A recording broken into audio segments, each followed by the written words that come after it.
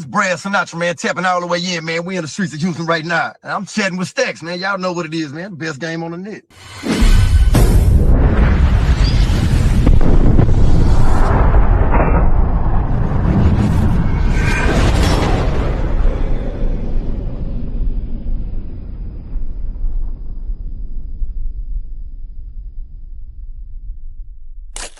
Welcome to this episode of Chattin with Staxx. I'm your host, Bill Staxx, and today I got Brad Sinatra. What's up, man? Ain't too much, Bill. What's going on, man?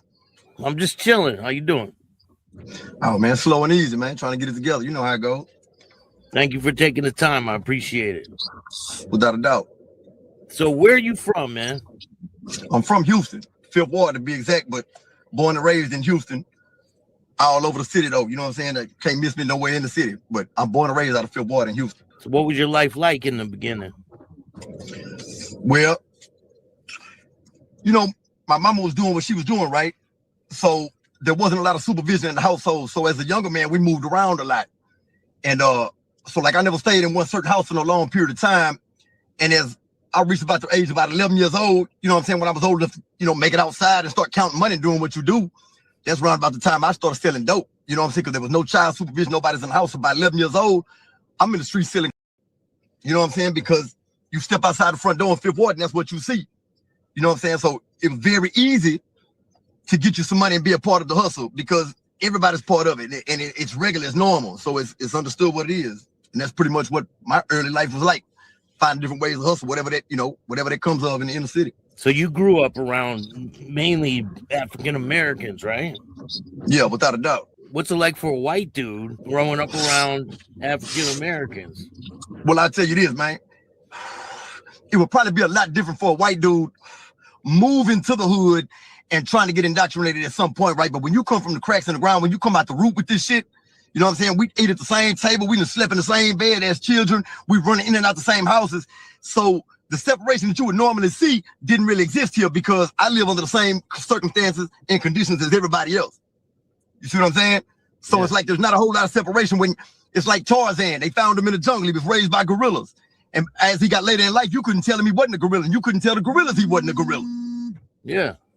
So that's what it's like in 5th Ward. So you're just part of the scene out there, right? Yeah. I mean, you know, we all live in the same life. You know what I'm saying? We wake up, live the same shit, man. So, you know, like I said, I've been there a long time, homie. So I'm a regular. So what, you know what I mean? What type of stuff did you see early on? I mean, you know, shit, same thing you're going to see in the ghetto anywhere.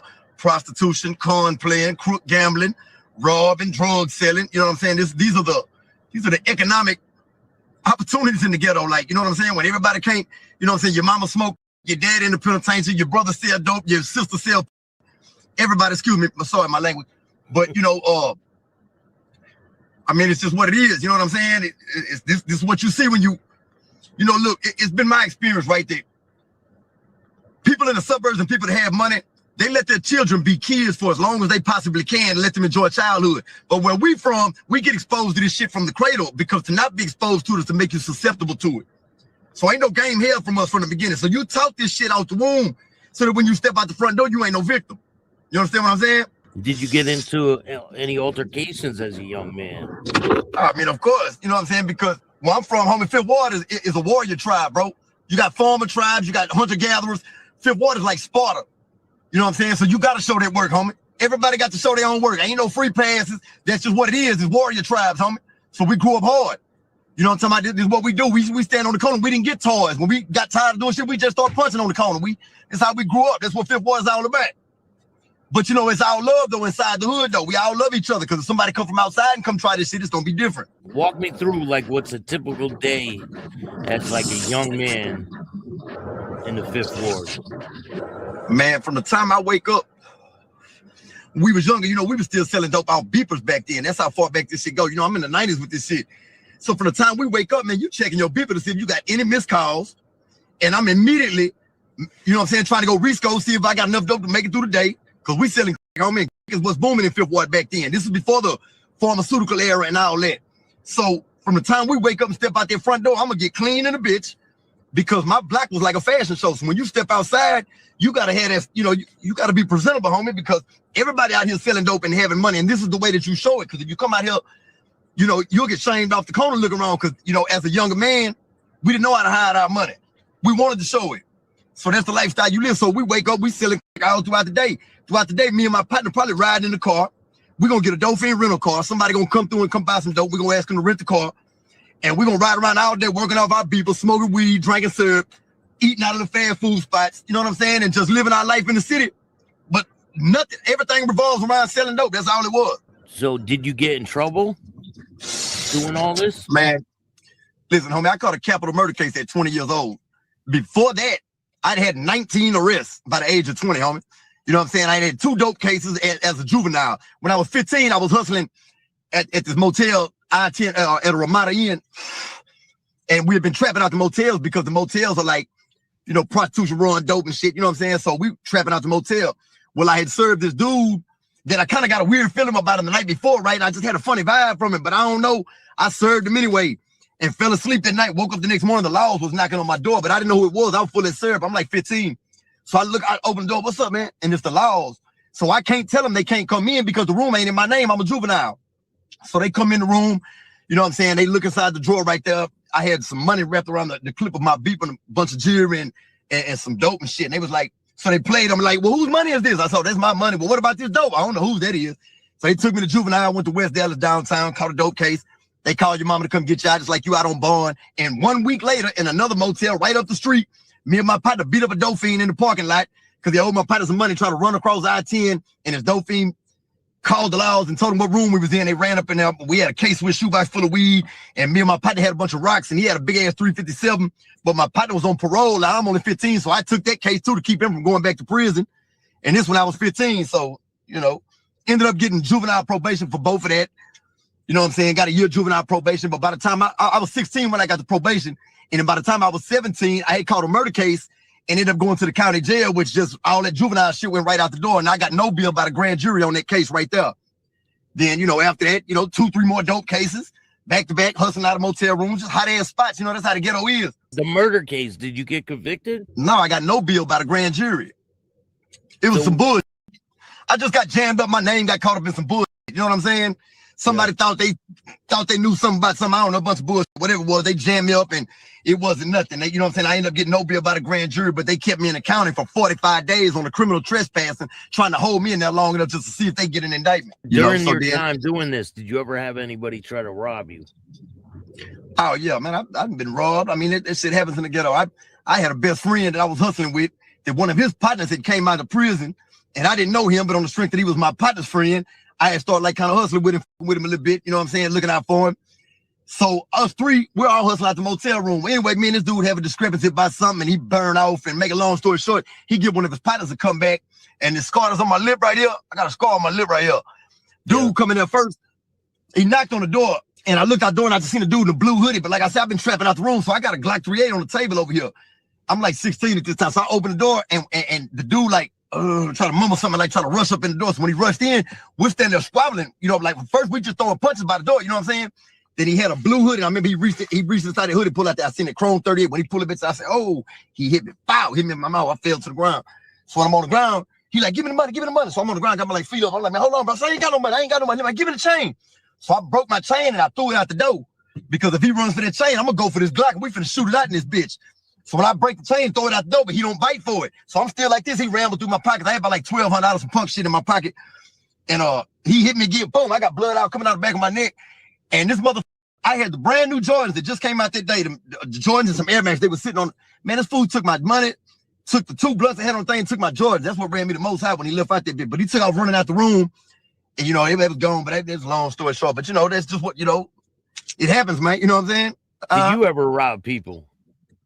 Oh, come on, man. You know what I'm saying? Yeah, well, you know, that's like, this is all old. Everything we're talking about is all. Yeah, without a doubt. We talking about 30 years ago. You know what I'm saying? And, you know, I ain't never with no kids and I ain't killed nobody that they don't know about. So, you know what I'm saying? Or other than that, you know what I'm saying? I ain't no statute of limitations. So I understand on this shit. I'm just saying like 30 years. Yeah, bro, robbing was understood. That was like second nature. You know what I'm saying? I mean, my very first robbery, I was like 9 years old. They used to have these things called garbage pail kids back in the game. They were like baseball cards. Remember them garbage pail kids? Yeah. And so my partner had like a BB gun, but one of them heavy, like a real gun. And the little dude stayed next door. His mama had bought him a whole box of them hoes. You know what I'm saying? And we was like, man, we're gonna get little Brandon, because we thought he was he wasn't from the projects. He wasn't from over there with us. We didn't know him. We didn't like him. So I took that little pistol out there and hit him in his head with it. Boom, and took the garbage pail kids. He ran and told his mama. And I just remember, like, that was the first time, like, looking back as a child, like, damn, bro, that really was an armed robbery. It was an aggravated robbery at like 8, 9 years old. But we were just like, man, f*** him. You know what I'm saying? But yeah, robbery was understood, bro. You know what I'm saying? Like, bro, I hustle all over the city of Houston. So 3rd Ward, 4th Ward, South Park, the East Side, Federal Road. So I know people everywhere. So all of us used to share the licks. Like, I may got somebody I can't rob, but I'll call you from the other side of town that don't know him. You'll come over here and I'll let you hit the lick, and then you'll call me later and we'll bust the money down type. You know, that's how we used to do people back then. You know what I'm saying? Yeah. So robbery was like understood. If you wasn't strong enough to have it, we wasn't gonna let you keep it. That's just how the streets are. Now, when you go to prison, when you go to jail, do they treat you the same as they do on the street? Well, it's inevitable that when you go in that bitch, everybody don't know you. You know what I'm saying? Everybody's not gonna automatically know you. Prison is gonna be different. Harris County Jail is worse than damn near any unit I've been on. Harris County Jail, one of the worst counties in the United States. And you got to show that work in there. Because I used to be in a tank. I've been all over the Harris County Jail, but it used to be a 1301 was the old county, 1301 Franklin. And they used to 10D4 Gladiator floor, you know what I'm saying? And they used to, all the youngsters, all the little young gang, they send all the youngsters up there. And it's like the tank that we were in was called the Foot Locker tank. You come off the elevator, and laws used to ask you, like, hey, man, you know how to fight? So why was up? So, shit, you gonna have to for them shoes. You know what I'm saying? So it's understood, but I'm not no pushover, homie. I ain't, you know what I'm saying? We've been squatting all our life, so I'm not never tripping about showing that work. So once you show that work a little bit, they be like, oh, nah, he's okay. And then they see like, oh, nah, this boy here for real. And then they know that you really know the streets. That's a major difference too, homie. That's the difference when you going in jail and you want to be cool and you don't listen to some rap music and you got some black friends. But it's different, homie, when you know them streets. Knowing the streets is something different, homie. I know the names, I know the places, I know the corners, I know the blocks. They know me too. So that's different, homie. Because I can go to any neighborhood and get a gangster on the phone. That's no cap. It's a lot different than, like you said, just some kid that goes to prison that's not involved with everything. I see it all the time. Listen, bro, I'm not easily impressed, homie. So I'm a blood, homie. So in that prison, bro, I've seen a whole bunch of white bloods that come in that bitch, you know what I'm saying? And bro, that doesn't make me necessarily gravitate to them or make me think, you know what I'm saying, because you're a white blood, bro. I'm not easily impressed, homie. I didn't get it easy, homie. I'm not gonna be easy on nobody. You gotta impress me, homie, you know what I'm saying? Because like I say, this shit builds character, homie. You gotta go through this shit. Ain't nobody finna give you no motherfucking pass. So I don't necessarily just, you know what I'm saying? I've seen it basically what I'm saying, bro. I know exactly what you said. I see the type. And you can feel when it's different. What do you think of 1090 Jake? Well, I mean, I think he's an excellent investigative reporter. You know what I'm saying? I think he covers his topics fairly well from what I've seen. Now, I don't know about the rest. You know what I'm saying? You're a bunch of people talking about how them dudes be indirectly working with the laws and, like, you know, doing enough investigation, trying to getting people locked up. Well, I mean, all I can say to that is, homie, is well, if you tell a man something to get you indicted or something like that, or you get on the bad side of this shit, homie, all I can tell you is live like they on the way and stay safe. But I think he's a pretty good, I think he's good at what he does. I think he has a hell of a fan base. I respect his craft. He said that he was representing the Bloods in the prison. Do you think that's true? Who was? 1090 Jake? Yeah. I never heard that. My affiliation and experience in prison and how being a white blood in prison isn't ideal. So if Jake is a real blood and he said the Island Boys aren't real bloods and Jake didn't say Melly wasn't a real blood, then Melly must be a real blood. He said it. He I ain't said gonna say that I don't he think was. it's. I mean, I'm not gonna deny it. I'm not gonna say I don't think it's true. You know what I'm saying? I give any man the benefit of the doubt. I know if I was to talk to him or something, you know what I'm saying? But I wouldn't really give a. Like, that's not me to try to figure out whether or not you lying, bro. I don't care. I'm living my life. If you is, you is. That's your business. I'm doing this for real. You know what I'm saying? We living our life. If 1090 Jake is, then hey, man, all right, homie, salute. I don't give a though. I don't know him like that. He ain't from my state. He ain't from my city. He can't run those circles I run. He don't know the people I know. So there's no way for me to do a proper roll call on him, and I'm not concerned enough to do it. He said he dropped his flag. I don't necessarily. I would never. That's a term that we don't. You know what I'm saying? Because that means to say that for everything that you say you stood for all that time, you've reached a point in your life now where you don't believe any of it anymore. And I don't believe that necessarily. You know what I'm saying? I don't believe in organized crime and gangs. I believe in a brotherhood and a partnership, a bunch of friends. You know what I'm saying? So I would never lay down a flag, but you can retire emeritus. That's what I've done. I've retired emeritus like a professor does, where he is retired, but he still retains the title strictly out of respect. He's still a professor. That's the way that I have retired from that line of work, but still retain the title strictly out of respect, man. So I'm emeritus, man. I've retired. Yeah, I don't think he did that. Yeah, well, you know, that's his business, man. He'll have to walk his own. He got to, you know what I'm saying, carry his own cross. Yeah. So he know how he feel about anybody he left behind. So when do you get down with the Bloods? I got on in 96. 96 is when I first got on with the Blood. You know what I'm saying? Because my neighborhood is not necessarily just gang related. I mean, you got a lot of shit in Fifth Ward, but right next door to Fifth Ward is Trinity Garden. In Trinity Garden, you got Curry Road, which is understood. It's all Bloods over here. It's 5'9" bounty hunter shit going on over here. You know what I'm saying? This was Flamingo Square, all this shit in Curry Road. You know what I'm saying? Shout out Bobo Black, shout out Sinbad, shout out all the day ones, man. You know what I'm saying? Lil Darvin, all them, all my homies, my big homies all dead, man. You know what I'm saying? Shout out Stank and Heavy and all them. But you know, that's when I first got on. How old were you? 16, 17. You know what I'm saying? But I had been in the streets. I've been knowing these dudes. You know what I'm saying? Like these, shout out Daniel Coleman, shout out, you know what I'm saying? Like these my partners. I've been knowing these dudes because a lot of Fifth Ward and Trinity Garden is so close. We run the streets together. You know what I'm saying? But then when you come to see how like, I like what's going on with this right here, then you make a decision like, man, I want to be a part of what's going on right here. You know what I'm saying? So that's when those decisions get made. You don't make those decisions lightly though. I don't, and the people I know don't. Do you have to have an initiation when you join? Yeah, without a doubt. Ain't about it.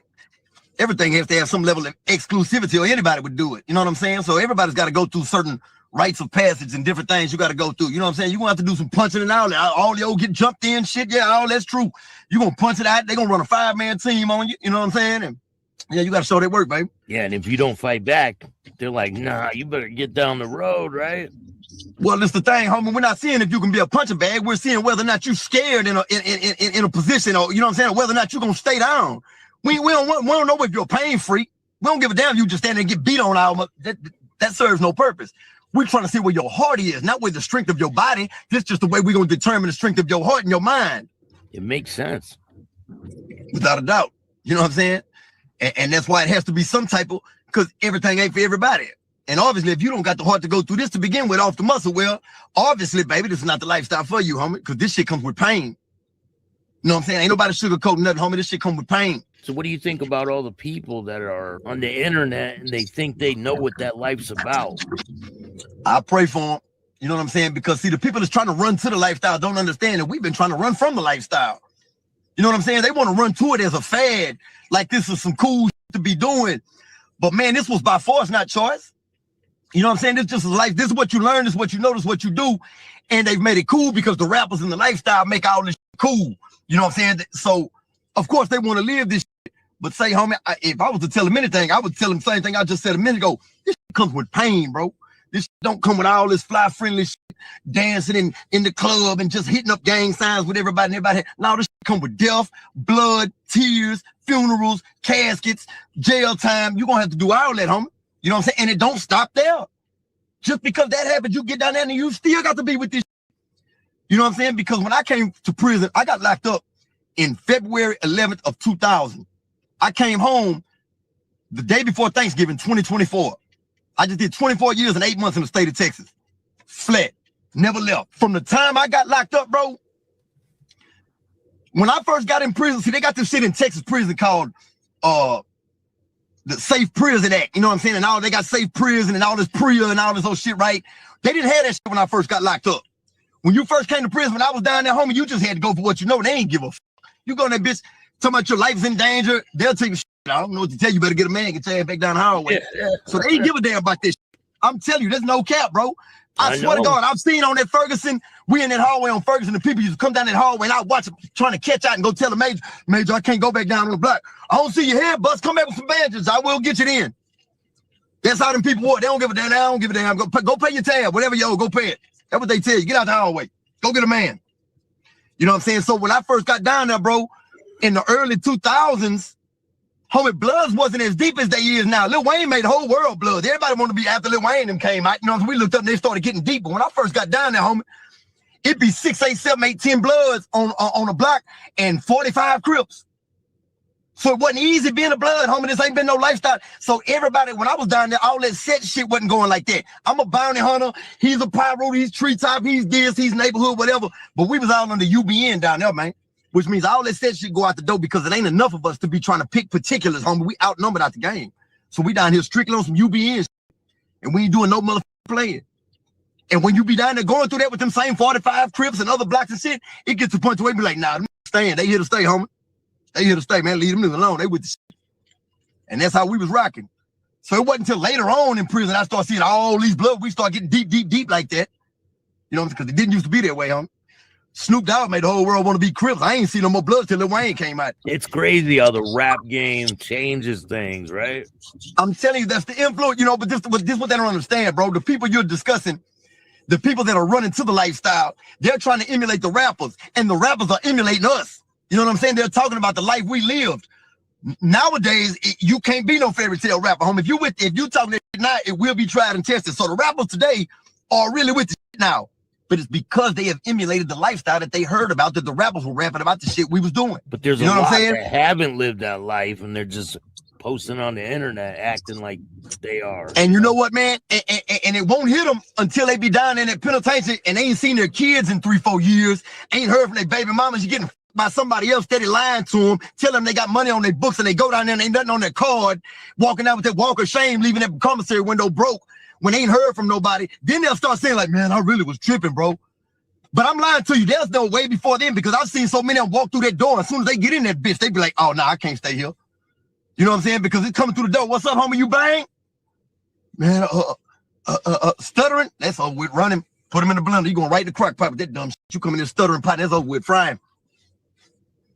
So they'll realize real fast it ain't the lifestyle they want, homie. You know what I'm saying? Trying to run to that shit. This shit ain't cool. Either you with it or you're not, bro. You try, you know, you got a bunch of little rabbits and shit trying to run with wolves, bro. It's inevitable what's gonna happen, homie. Tell me about the major time that you get arrested and go to the penitentiary. What did they say that you did? I did it. I caught a capital murder case. I signed for 25 years. I caught a case, homie. We kicked in some people's door. I really had some bad information. It's supposed to be a lot more than what it was. Somebody told me it was 200,006 bricks. We kicked these people door in with hats, vests, walkie-talkies. I had a bitch in the truck. So when I come, they be 2246, crush back up. She come back up in route. We in that bitch with flak jackets, all that shit. You know what I'm saying? Tied people up, put them in the living room and shit. You can go find all my cases and everything. Ain't no cap. You can go LexisNexis and look my shit up. But they didn't have no physical evidence on me other than my fall partners testifying. So when they told, there was no physical evidence on me. So I picked my jury on a Friday. I started my trial Monday. By Wednesday, my lawyer had got it to where I played out and I signed for 25 years on a first-degree murder. And I went down there and did the whole 25.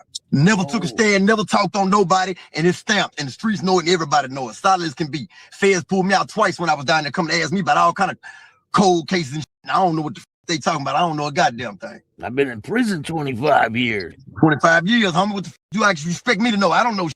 I don't know any of these people that you're showing me pictures of that I'm hooked up with. What the you keep asking me about these guys for? So your co-defendant told on you. He got you wrapped into this. Yep. Wow. So just like that. You pled out. You know what's crazy? I'm going to tell you something. Now I'm going to take you on the gangster ride when I tell you this little part right here, right? Because this is the reality.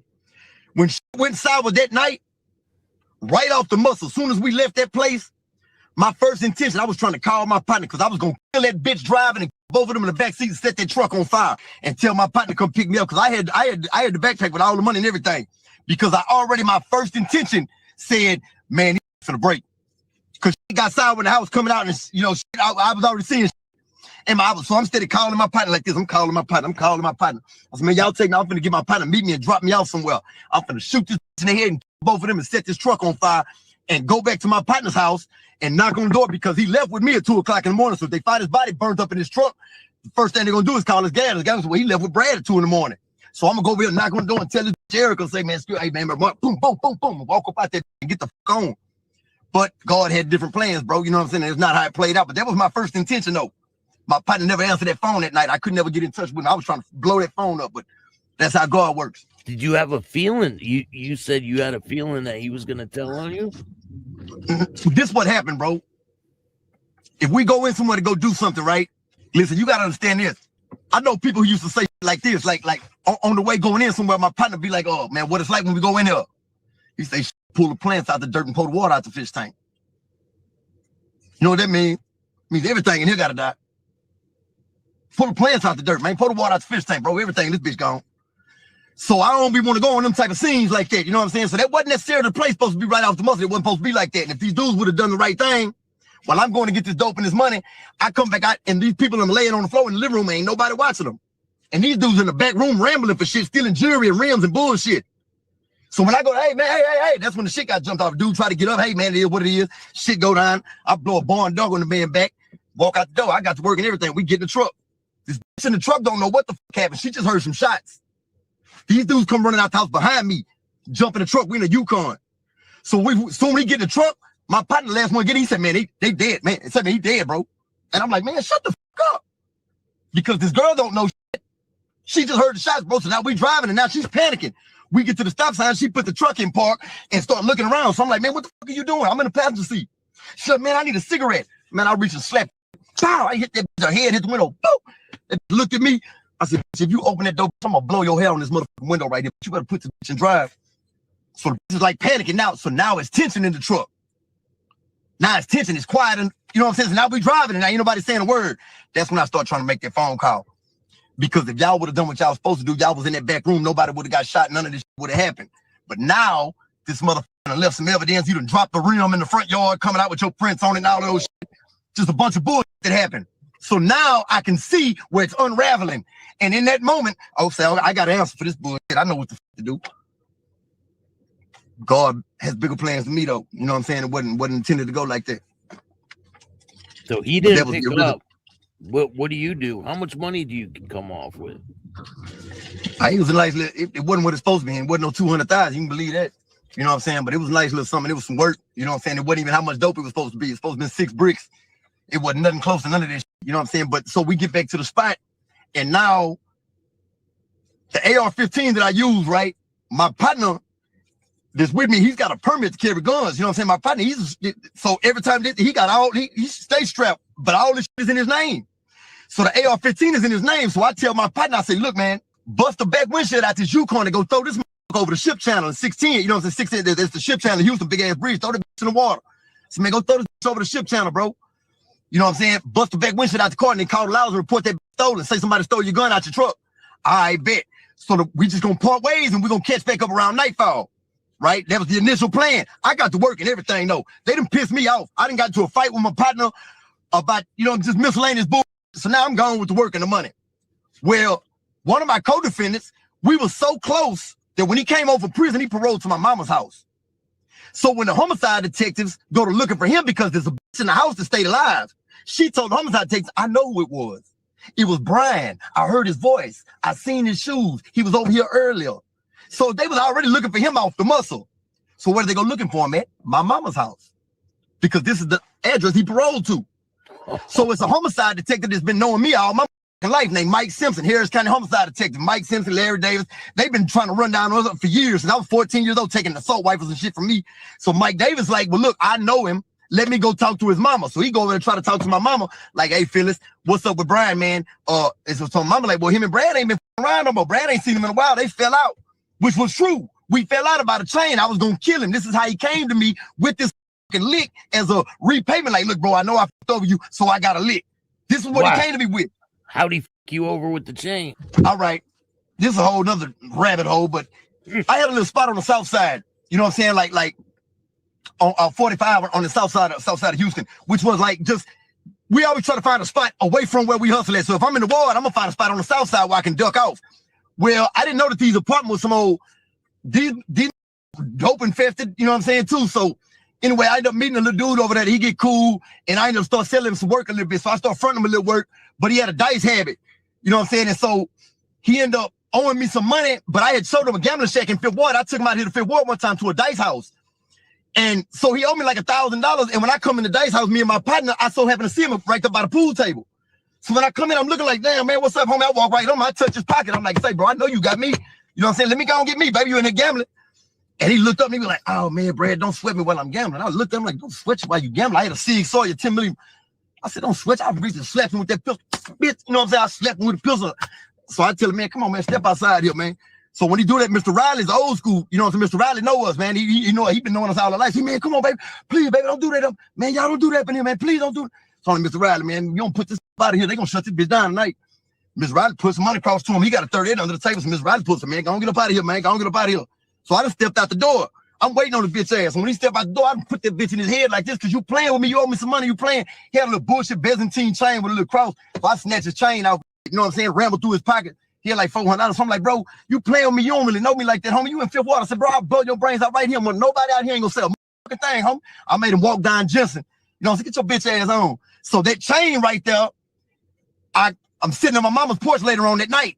And now this dude, my fall partner, that lives with me, you know what I'm saying, is sitting right there on the porch and we're smoking a blunt. So I'm telling him about what happened, how I took this chain from old boy. So he was like, man, let me go sell the chain to some dude he know, right? So I'm like, man, that fool ain't finna give you. I don't believe the fool gonna pay $1,000. I said, man, just give me $1,000 for the chain. I don't even give a damn. You know what I'm saying? Give me $1,000 for it. So he like, man, I don't think the dude gonna pay no. I'm telling him I don't think he gonna pay $1,000. Man, let me try to work. All right, go ahead. I let him take it. Before he leave though, I say, Brian. I said, bro, Kane killed Abel. They was brothers, bro. We just partners, man. I love you, bitch. Don't play with me, bro. Oh, bitch, you tripping, bitch. I ain't. All right. He burnt out. Was supposed to come. It was like 4 o'clock in the morning. It's still dark. He burned off. He was supposed to go there and come right back, man. I sat on the porch till like 8, 9 o'clock in the morning, just smoking blunts, shaking my head because I know his bitch ass gun. You done pulled a stunt because he started smoking Primos. He was smoking on the cool, crushing up rocks, sneaking out smoking Primos. And you can't hide it from me, bitch. We've been around dope all our life. So when I smell it and see it, I know what's going on, bitch. So now you done developed this slick ass habit, and now you're stealing and doing, because I be missing little bullshit, right? My mama used to try to defend him. Man, you just tripping. You full of that syrup. I ain't full of motherfucking syrup. I know what the fuck going on. Y'all be thinking I'm more than what I am. I know how much money I got. You know what I'm saying? So small shit like this. So that's what made it beat me for the chain. So now I'm gonna kill this because I'm fucked up about this, because it's bigger than that now. Now it ain't just about the chain, bro. You saying my mom and everything. You know what I'm saying? Like, you live here, bro. You'll say me like that. So now it's already understood. When I catch him, so he'll call my phone periodically, and I answer, hello. He's like, man, say, bro, man, call me, bitch. Hang the phone up. Well, one time I'm at my partner's house, and I'm sitting in the back of the driveway, like had like a tool chest like under the carport. It's kind of dark. I used to keep the Mac 90 in the bushes right there. So I'm sitting in the back of the driveway, and I see him. He's in the passenger side with a car. Got a bitch named Stephanie driving it. When they pull up, he don't see me though. I got a black hoodie on. I'm smoking the blunt, so I reach and grab that Mac 90 out the bushes, start walking up towards the car. When he see me, he tell that girl, man, go. They scratch off. So he's hanging out the window, and he's like, man, Brad, my son's in the car. I ain't finna start, you know, I ain't finna start shooting. This my partner's spot, right? This, you know what I'm saying? I ain't finna burn but I got a blunt in my hand. I'm waving up. I got the bitch. I'm waving the bitch at him in the, yeah, bitch, I'm gonna catch you, bitch. You know what I'm saying? But he trying to tell me, like, man, my son's in the car, bro. Don't shoot. Yeah, all right, yeah, I got you, boy. So that was the type of shit that was going on. Well, he called me one of the most sentimental ass nights, because I'm most soft-hearted motherfucker. And so he called me one night. I'm full of syrup in the bitch by myself. And because this is like my big brother. You know what I'm saying? This is really like my big brother, though, bro. We've been through a lot. So I'm really fucked up. Like, I you bitch, but my feelings hurt. So he catch me on one of them nights where he called me. You know what I'm saying? I'm like, man. So when I asked him, hello, he's like, man, look, bro, don't hang up. So I said, bitch, why you do me like that, bitch? I'm the only one to ever do anything for you, ho, bitch. You steal from me and all this old shit, bro. Why you can, so I had enough of he trying to explain. Look, bitch, you want to talk to me? I'm at my spot. You know where I'm at. Come talk to me, head up. Don't hide. Boom, I hang the phone up. He called right back. He said, look, bro, I'm on the way over there right now. I said, shit, come on. So I really don't think he gonna come. He called a cab and called over there. So when he knocked on the door, I opened the door. I got a Beretta in my hands. So I'm looking at him. I'm like, man, I want to hit him with this gun, bro. Bad in the bitch, but just like my big brother, I'm most soft ass. You know what I'm saying? I'm soft-hearted, the motherfuckers. I'm like, bitch, turn around, walk in. You know what I'm saying? Like, man. So he come in, close the door, and now it's half-assed like it's already back to normal. So he just trying to tell me like what he been going through, and this one he's telling me about this lick. Look, bitch, I know I told you, but listen, bitch, I got something for us. It's 200,000 and 6 bricks. I was over there earlier. I helped him count the money. I was, man, I don't know, bitch. They got some bread like that in there. He said, I'm telling you, bitch. So I tell him, okay, well, look, my other partner had just took a loss on 60 pounds in St. Louis. So I'm like, I'm going to put my partner in the lick too. You know what I'm saying? So he's like, all right, because my partner got my vest over there and he got a bunch more guns. This is the partner I'm telling you about with the AR-15 and all the other guns and shit in his name. So we're like, so I said, all right, bet. Now it's a little, the end up on the lick. It's long as I just end up by default ended up on the lick with me, but because I was just gonna look out for the like somebody told her we was doing like this, hitting these type of licks, And so she come asking me like, man, Brad, I heard about Janelle and he told me what y'all was doing. Cause see, man, I'm going down a bunch of rabbit holes, bro. I got too many tabs open.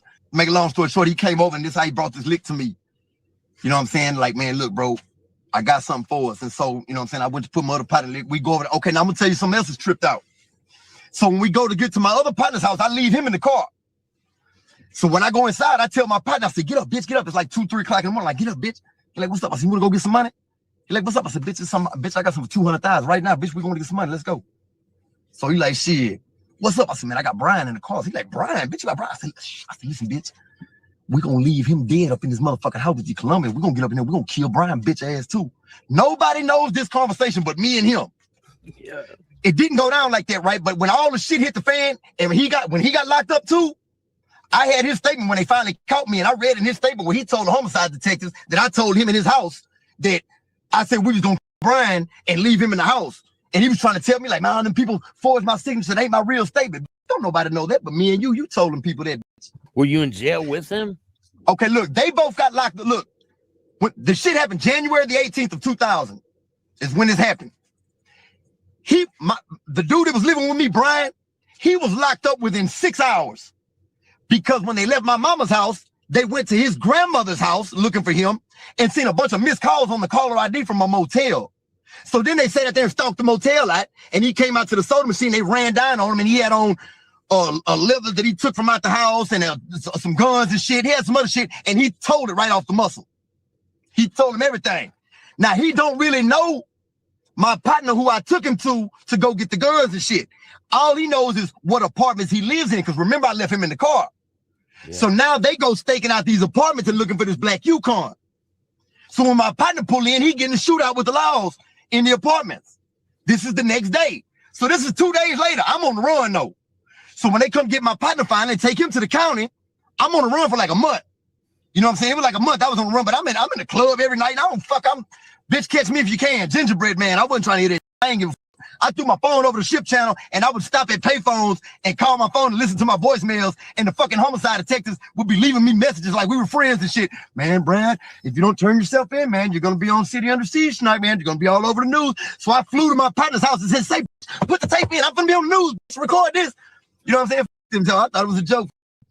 So anyway, man, you know, shit. So tell me how it is that you end up linking up in prison with this dude, and you said he tells you that he didn't say it, right? No. Have a conversation with him? See, we're not linking up in prison. All this, we're in the county jail.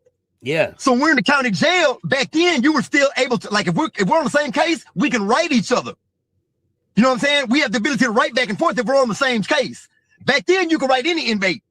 So they're sending me letters and shit when I finally got arrested. But my lawyer has their statements. So I've already read their statements. We've had most of the stuff. I've already read their bitch, I'm reading your statement.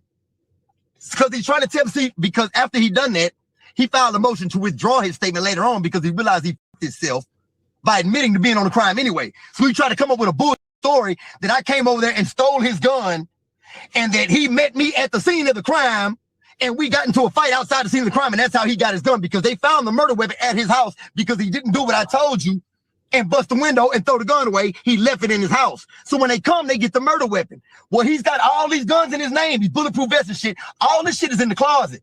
These are all your guns. Why do you have this AR-15 hid behind the water heater? That's the question homicide detectives want to know. If you didn't know anything was special about this gun and you just went and got it back from him, why is it kept in a separate place away from your other guns? Physical evidence on him. He's banned right off the muscle. The other dude, physical evidence on you. You've been identified by a bitch still alive in the house. Me, they don't even know who the fuck I am. These told them on me. Yeah, they're the only ones that have that. Nobody else don't know me. Yeah. Exactly. And that's why that first night I wanted to kill their ass off the muscle, everybody. So now I'm on the run. And this crystal is still out here in the streets though. So I'm knowing to myself, I gotta get this, because if they catch this and this goes and testifies, I'm dead. So I'm telling my partner, we gotta catch this girl, Crystal. You know what I'm saying? So I'm sitting in the spot in 3rd Ward, and my partner called my phone. So when he called my man, I'm like, what's up, bro? He said, say, man, you got some drink over there? So I'm like, nah, I ain't got no drink. He like, shit, how much you gonna charge me for a prank? I said, bitch, I ain't got no drink. He said, it's too much. I can't. I said, what the fuck? What's wrong with you? He said, nah, it's just me and Crystal. I'm on the way over there right now. I said, come on, bitch, come on. Well, his stupid ass, he got an Acura Legend, but it's no tint, it's glass house. Why are you coming in this car? Anyway, so when the bitch is kind of sitting sideways in the passenger seat, when we pull up, I come run out, jump in the back seat. She really didn't even notice it was me until I'm in the car. So when I get in the car, she's like, oh, Brad, oh my God, I've been so worried about you. All this old shit. I'm like, yeah, man, just drive, man. Go, bro. Let's drive. So I went out to my partner, they had some land out there. So I went and dug a hole out there in the forest, you know what I'm saying, with the dolphin named Tommy Lee, and took my partner out there. And I told him, I said, say, bro, we're going to put that whole crystal in this hole, bro. I said, you know what I'm saying? Anyway, guess who can't pick me up? He know about this hole. But this stupid ass motherfucker, while we driving, he starts getting out the freeway to go get some gas. We pull up to the guy. I'm like, bro, what is you doing? He's like, no, I'm going to get some gas real quick. So I'm like, man. So when he goes inside the store, as he's coming back out, this just like, you want something to drink? And jumps out the car and starts going inside. I'm like, man.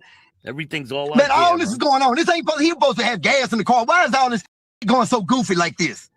So I'm sitting there and I'm watching. So I'm looking at her when she gets inside the store, and I see the Arabian man talking to her, and he does like this. I said, oh, man, I'm telling him, come on, man, come on, bro, get in the car, bro. This bitch done told these people I'm wanted for murder on the run and shit.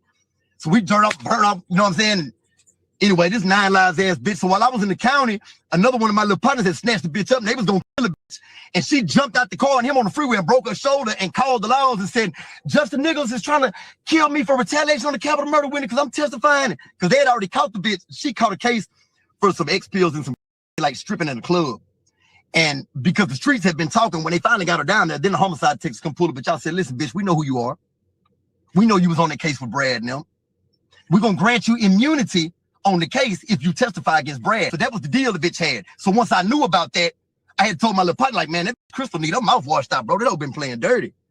So he'd get full of that water, because back then he smoked a lot of fry in Houston. You know what I'm saying? That he full of that dip and got her in the car, and he's talking to her, yeah, but you ain't gonna testify on nobody, bitch. I'm finna kill you, bitch. And the bitch jump out the car on I-10, her shoulder up and everything. They send this bitch to Atlanta. Like, my lawyer come and see me go crazy. Like, man, what the f you trying to have witnesses to kill? Like, man, I don't know nothing about this shit. They go lock my partner up for retaliation on the capital murder witness. So then when I signed for the 25 years, one of the things that my lawyer told me, he said, man, if you sign for this, they're going to drop the capital, drop it to a first-degree murder. When you sign for this 25, they're going to drop the charges on Lil J, on my partner Lil Justin. And that's exactly what they did. When I signed for that 25, they dropped his retaliation charges. Tell me how you got caught. So the chick runs into the gas station, you guys drive away. How do you get arrested? This is how I finally get arrested, man. I'm with this fiend. I'm with my partner, but he's getting chauffeured around by this fiend.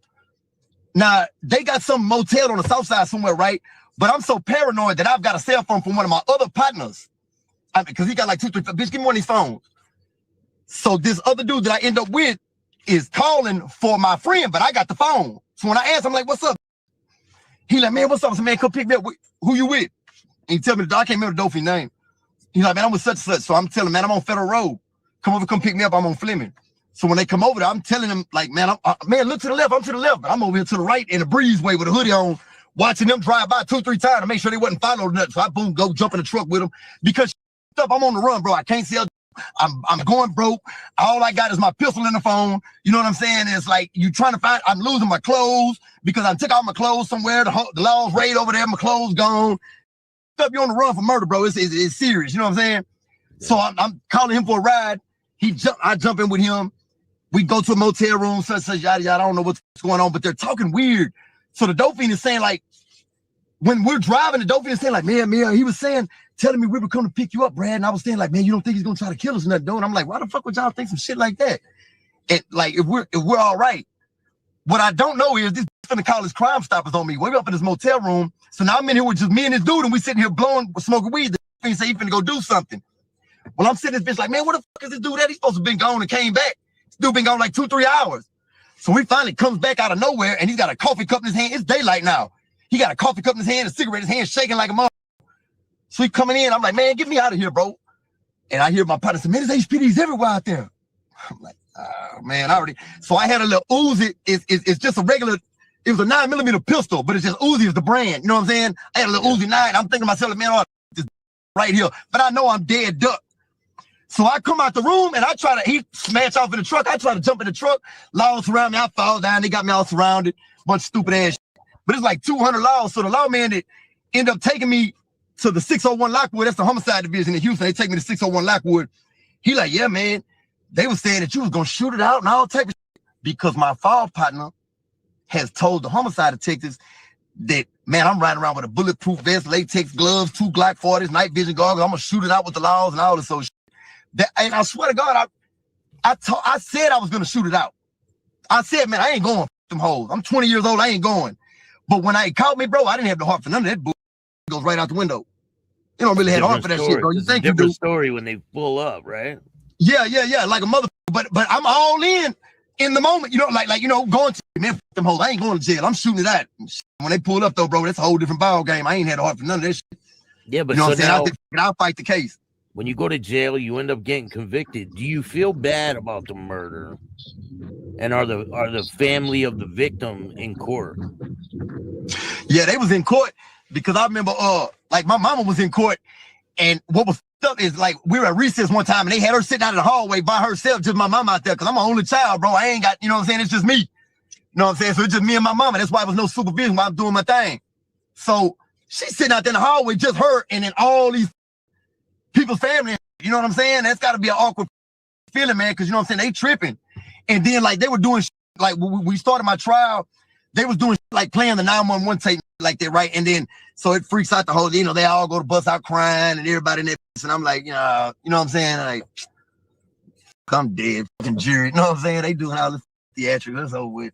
So I remember on my jury, right, there was a dude that knows he worked for University of Houston, criminal. What the was he? He was like a professor in college, like criminal psychologist or some shit like that on my jury, right? So I'm like, damn, man, I don't know if this dude. So I catch him in the middle of trial, right? We lock eyes and I'm looking at him. So I'm thinking like, damn, I don't want to look over him. You know what I'm saying? Put my head down, make it seem like I'm. So I'm locked in with him. I said, damn, I don't want to intimidate him either. I don't know what to do. You know what I'm saying? I'm like, shit. You know what I'm saying? Got that old stupid. Man, I don't know, man. You know what I'm saying? But yeah, I just tripped out. So, and another reason I signed for that 25 years, right? Because I was going all out, bro. I'm fighting this. My lawyer told me straight up. He said, Brad, juries convict, man. Juries convict, bro. You know what I'm saying? Because I'm not taking a stand on my own behalf. I'm not getting up there to tell my side of the story. You know what I'm saying? We just finna try to fight their story, right? But it's too much corroborating evidence, bro, because there was a dude's house that I was a dope fiend. I was hustling out of his house. That he puts us all together at the scene of the crime before and after. You know what I'm saying? It's a lot of bullshit anyway, but yeah, they put all the pieces together.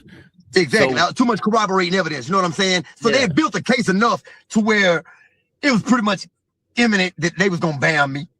You know what I'm saying? And so he was just like, man, Brad, what would you take? And I said, man, I wouldn't take shit. He said, look, they're trying to end it today, man.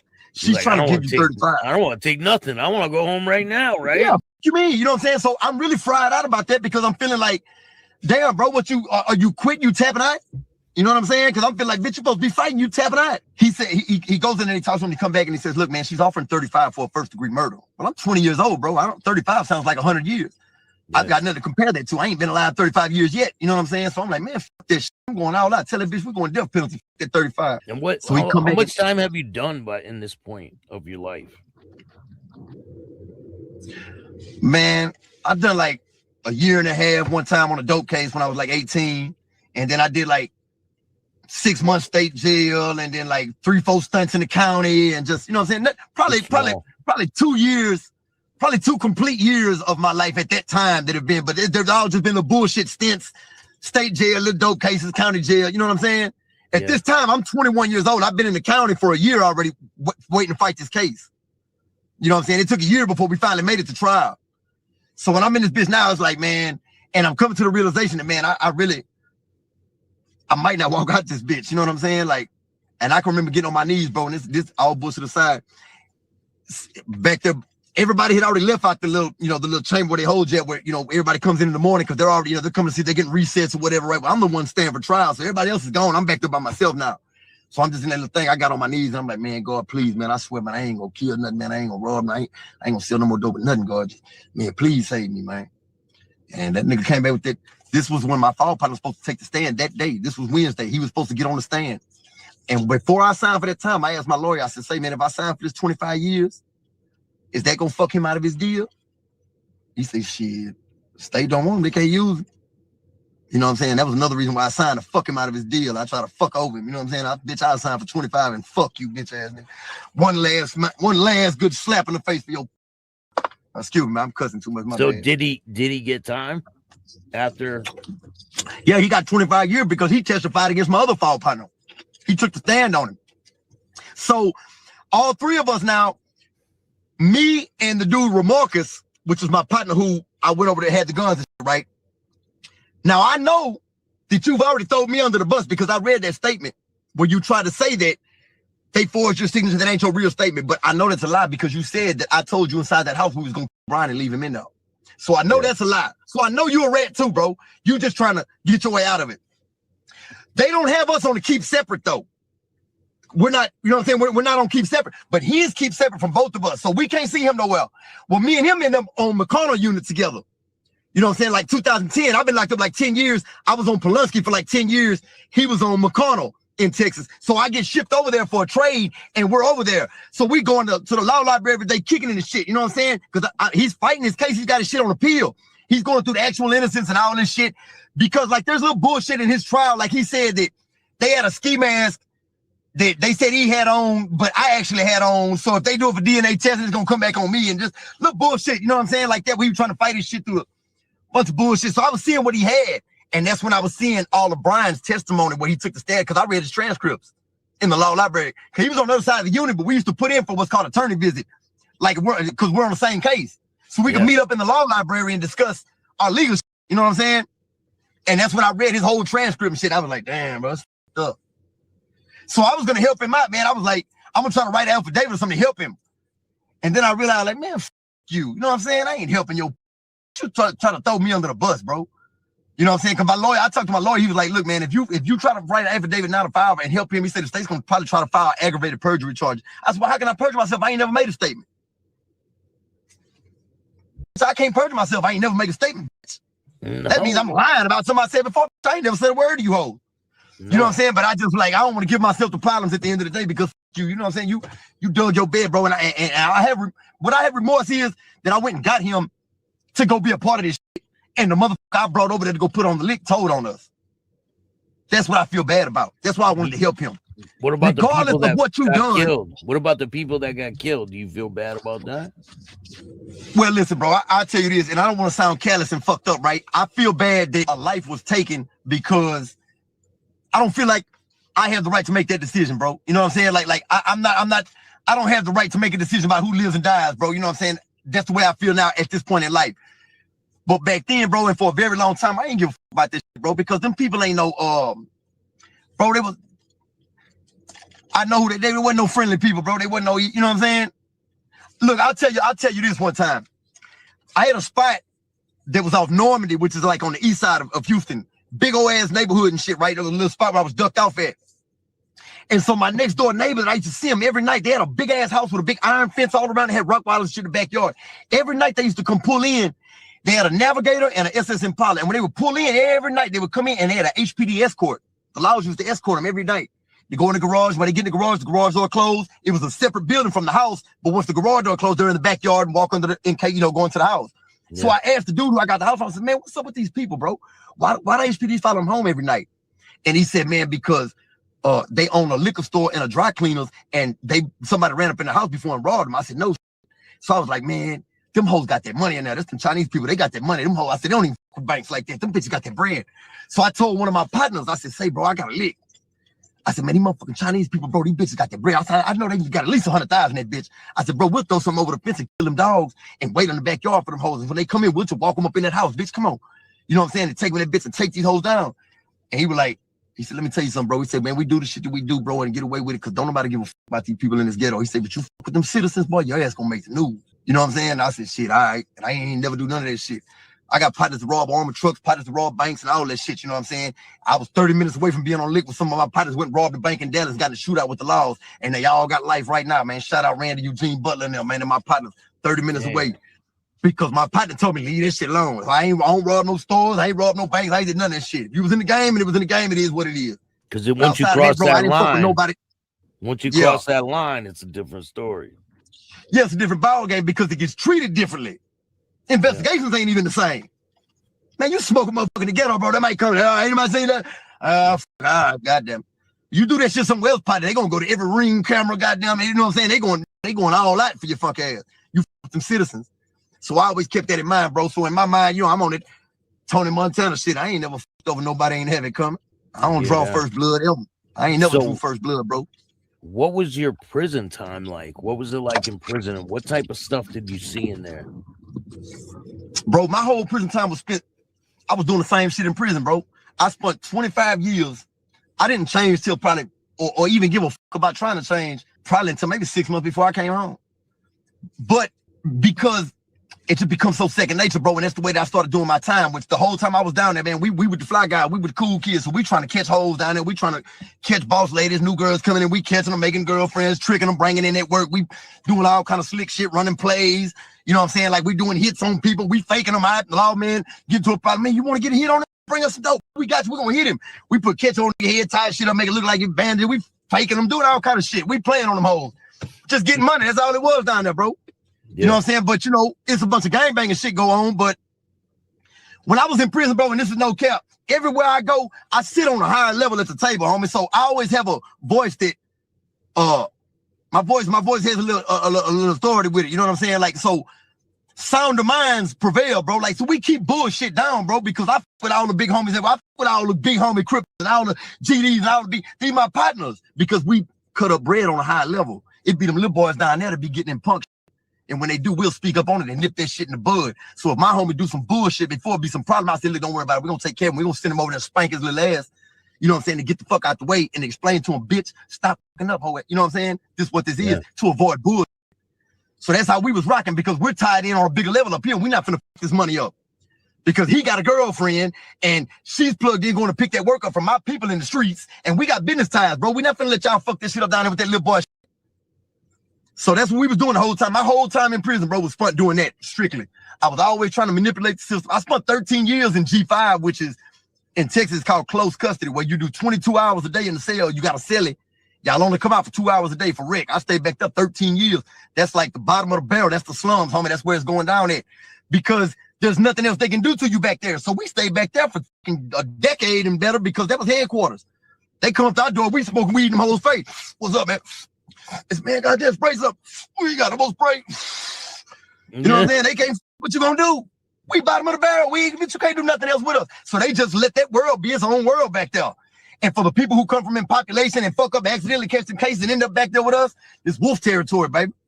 You know what I'm saying? We get all the little sheep, and when ain't no sheep left in the forest, wolves start eating wolves. You know what I'm saying?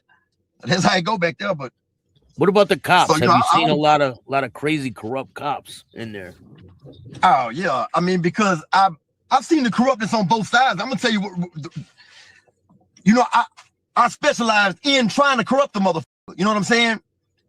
To understand one thing that like I would try to explain to him like, look, man, you having loyalty to a faceless, nameless entity that treats you as a suspect from the time you walk through the door. You've got they've got zero credibility with you. As soon as you walk through the door, bitch, you getting patted down, walking through metal detectors because they don't trust your bitch ass. So you see all these cameras, they not for me, bitch, they for you. These people don't give a damn about you, bitch. It's psychological warfare. When y'all go through these classes coming in this bitch and they be telling y'all all this shit about, yeah, don't be a dirty boss. Don't nobody talk like that, bitch. It's psychological to use words like that to trigger shit in your mind and feel like, oh, I don't want to be like that. Listen, bitch, it's like the monster under your bed. It ain't really there, bitch. You jump out and go to the bathroom, nothing grab your leg because it wasn't really nothing there. It's the same thing with this shit. Put that dope in your, come on. You know what I'm saying? And that's how we was doing our time, bro. Straight, period, point blank. And they usually do it. They would bring it into. I mean, look, I tell you this. When we ran out of legs to walk it through the door, then we played above the rim and found new ways. I used to do shit like this. In Texas, they got what's called a craft shop. Well, like motherfuckers be making jewelry boxes and saddles and leather works and all type of different shit, right? Well, I told them, had my partner start making jewelry boxes with built-in stash spots in them. And I would send them to the world, and they would get out there and would load that bitch up like 2 ounces, 200 X pills and shit like that, and then send it back, and that bitch return to send the wrong address. So the bitch come back to the unit, and they're like, man, this just got sent back, bro, wrong address. And they call you, they come get shit, take it back to the craft shop. Ain't nobody touching it, just left. Oh, man, return to send. So we pulling plays like that. I was doing shit like, I get them up to donate 24 set, like, Encyclopedia Britannicas. You could donate them like to the unit library. But But we've been in gut two of them hoes out and then load them hoes like 20 phones in this one and 20 phones in another one, and then go donate them hoes to the unit library. But when they go in, they go to unit supply. I got a dude named Cuba working unit supply. And I told Cuba, I said, listen, Cuba, I'm gonna give you $2,500 right now. When the books get in there, just walk them hoes out. They're in 2 chain bags, 2 red bags. I said, bro, when they come in that bitch, just walk them out. I'm gonna give you 20. He said, I got one circumstance. You don't tell nobody, man. You don't tell nobody. I bring them when I bring them. You don't tell nobody. I said, I got you, bro. Okay, Cuba $2,500, he walked them hoes out. So he took him to my little partner, AJ. I tell AJ, listen, bro, when you get them phones about them books, I got one thing you got to tear them books up. The ones that's cut all up, shred them hoes up, tear them up, put them in the trash way down where can't nobody see them. Because we don't want to get that play up. Yeah. But, you know, mother was doing shit like have partners work the back dock in the kitchen. Well, they get all the bread when the bread truck come in. So the Mrs. Bears guy come up. He's not been trained through none of this shit. We're like, hey, man, what's up, bro? Man, what's up, man? I got $2,500, bro. If you can bring me 200 cell phones. You know what I'm saying? Man, what's up? We start getting the Miss Bears, dude. Had this motherfucker bringing dope in the goddamn pastries and bread and shit when they're picking it off in the back dock. And, you know what I'm saying? We running different plays. I'm one of the first motherfuckers that implemented the drone shit. We was doing the drones. I was flying that bitch off a smartphone. It was a 2.5 round radius on that holder. You know what I'm saying? No, that's not the record. It's not the record. It's a volleyball court. Yeah, we doing shit like that. So when the legs stop working, bro, we ain't gonna stop eating. You just find a different way to get some money. Don't they got the blockers though for cell phones? So for cell phone yeah, cameras? But that shit was only but that shit is only if you got like if you going like if you got a bullshit service, bro. You know what I'm saying? A lot of times on one road you get bad service, but that shit really wasn't by shit. Once you going 5G, you bypassing all that shit. Them jammers wasn't doing the motherfucking thing. You know what I'm saying? Then like they put the jammers in Texas like in 2008 because I sold the phone to the dude that called John Whitmire, the fucking senator. You know what I'm saying? Back then, me and my partner Egypt, we sold this dude a phone. He was on death row and he called the senator in October of 2008, John Whitmire, and told him, yeah, man, I know where your kids are at. Yeah, and they said, oh, yeah, motherfucker. They bam, he was on death row. They said, oh, yeah, bam his ass. They went down anyway, drew a bunch of heat. So that, in Texas, they drew a lot of heat, 2008, October, statewide lockdown. That's when they started putting all the metal detectors in, started making all the officers come in, taking their shoes off and walking through, get patted down. They didn't used to do that. They used to just let them walk through the door. 2008, after me and Egypt sold his phone, he called the senator, drew a bunch of heat everywhere. So shit had to change, you know what I'm saying? So we started implementing new little plays. Gotta find a way. Then I ain't gonna lie, once that K2 hit the scene, that shit flipped the penitentiary upside down, bro. Making people act crazy, right? Listen, bro, that K2, I watched that was like the new crack. We watched people that was players used to have money. I'm talking fall off selling their appliances and shit. Motherfuckers selling their radios, selling hygiene, up on that K2, bro. So once we seen that play there, that was a whole different ball game. So now I said, I'm gonna start getting the JWH-018, the JWH-322, the real chemical myself, and I'm getting a little roller from Hobby Lobby, and I'm putting the bitch on paper, and we're writing letters and sending that shit in. I'm selling IDs for 100. You know what I'm saying? I'm cutting 15 of them hoes off of a sheet of paper, and I'm selling them hoes 300-400. So if I make 500 off a sheet, we're running that bitch. I'm still trying to run the numbers up. Damn. You know what I'm saying? I ain't stopped doing all this shit. I'm telling you till it was time to go home. You know what I'm saying? You just start getting slicker and better about the plays and different shit that you were doing. Did you see the quality of people changing from your time in prison? From like when you first started till when you left? Yeah, without a doubt. It's a whole different ball game because, but I'm gonna tell you why. Bro, I don't give a what nobody say violence run the penitentiary, homie. Always have. Violence run prison, bro. Violence run Texas prisons. And when they start implementing all this bullshit, and started making it hard, putting all these cameras and shit in and doing all that, and started riding down on people for the violence, well, then it stopped people from having any stop point. You know what I'm saying? That's hey man, certain shit you don't do, you're gonna get your head bust. But once they remove the threat of physical violence, now people feel bold enough to just start doing different shit because ain't no consequences no more.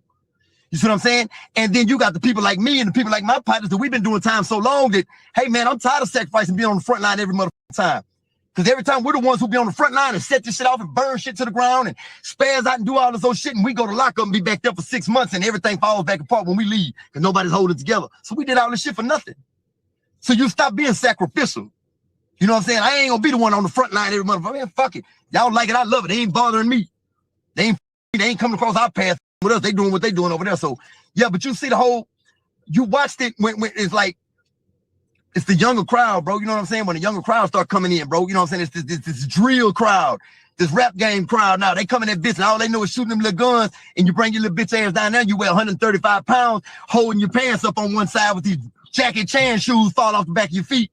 You know, bitch ass don't know what to do. And we tell you, come on here, boy, sit down, shut the fuck up, don't say shit. Nigga, just sit right here. You hold these knives and all this old shit. You know what I'm saying? Because you got to pay your dues, little boy.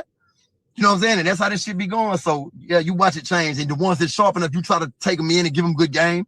You know what I'm saying? And sharpen them, make them stronger people. But a lot of them places, bro, if you're not strong, you're not going to stay there. You know, you're not going to stay there, bro. Ferguson, Styles, Polanski, McConnell. I remember sitting on the bench on Ferguson, right? My little partner Zito, he's a Crip. But he was a little youngster. He kind of speak for the little young Crips. And there's a little dude that just came in. So he was giving him the rundown a little bit. And he was like, yeah, homie, as soon as they roll his door, we're going to go to the back and run. But how much you weigh? He was like, man, I weigh 160. He said, all right, we're going to send 4 at you. He said, I'm just telling you the 3 rules, homie. No snitching, no stealing. And if you're a gang member, no punks. All this shit going to get your ass murdered, homie, straight up. Certain shit put you on the chain bus, certain shit put you on the helicopter. You going on the helicopter for that. He said, I'm going to just tell you straight up, bro, this Ferguson, everybody over here tough. Because if you ain't going to stay. That's a hell of a thing to tell the person when he get down the first day. I'm listening to them tell the story and I'm laughing. I'm like, you little bitch. But I'm laughing because he ain't lying. It's the fucking truth. You ain't gonna stick around long over here, man. It's gladiator shit. It's real rough over here.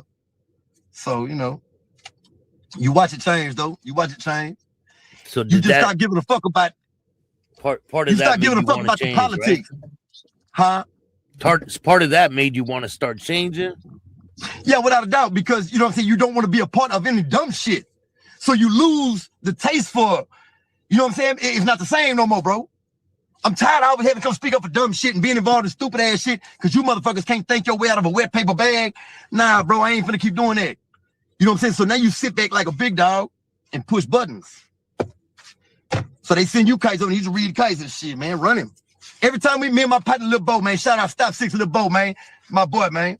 Every time me and my partner Lil Bo used to get kites, you know, which was like a little note from Don, you know, so man, such did this, such did, what we think we should do? Shit, run him. Put him in the blender. And my partner asked one time, I said, man, why is that y'all's answer to everything? Bro said, shit, nigga, we ain't get it easy. It builds character. Run him. If he sticks around, it builds character. We'll like him a little bit more. You know what I'm saying? If not, we'll know what it is. So when did you start getting into the music? I've always been with the music shit, though, because I'm from Houston. And, like, I know Screw, I know Big Mo, I knew all them. You know what I'm saying? Like, that's the Houston scene. So before they was rappers, they was in the streets. I know all them dudes. So I've always been with the music shit. You know, the rap culture's always been with us. I did a little playing around rapping before I left. But once I got locked up, it was like, bro, when I used to write raps when I was in prison, it was like, you get stripped of your complete identity when you go in that bitch. But when I retreat into my memories, I'm still me. So then I can run this rap shit and go to talking this motherfucking shit and be still, it was like holding on to my sanity almost. You know what I'm saying? I'm not becoming that. I'm still, you know what I'm saying? Like I did 25 years, homie, and the whole time going through that bitch, I was like, man, I'm a free world motherfucker. I'm passing through. 25 years and some motherfuckers take pride in shit. Nigga, I'm penitentiary. Fuck you. Be penitentiary all you want. I'm passing through, buddy. No, yeah. For 25 years, I was passing through. They're like, give me my chair. Let me see this. Nah, you could keep that chair. That's your chair. You know, bro, and you know, this is the thing. I've been through all that, bro. I've been through rides behind day room tables and rides behind benches and TVs and fans. You know what I'm saying? I've been through all that shit, bro.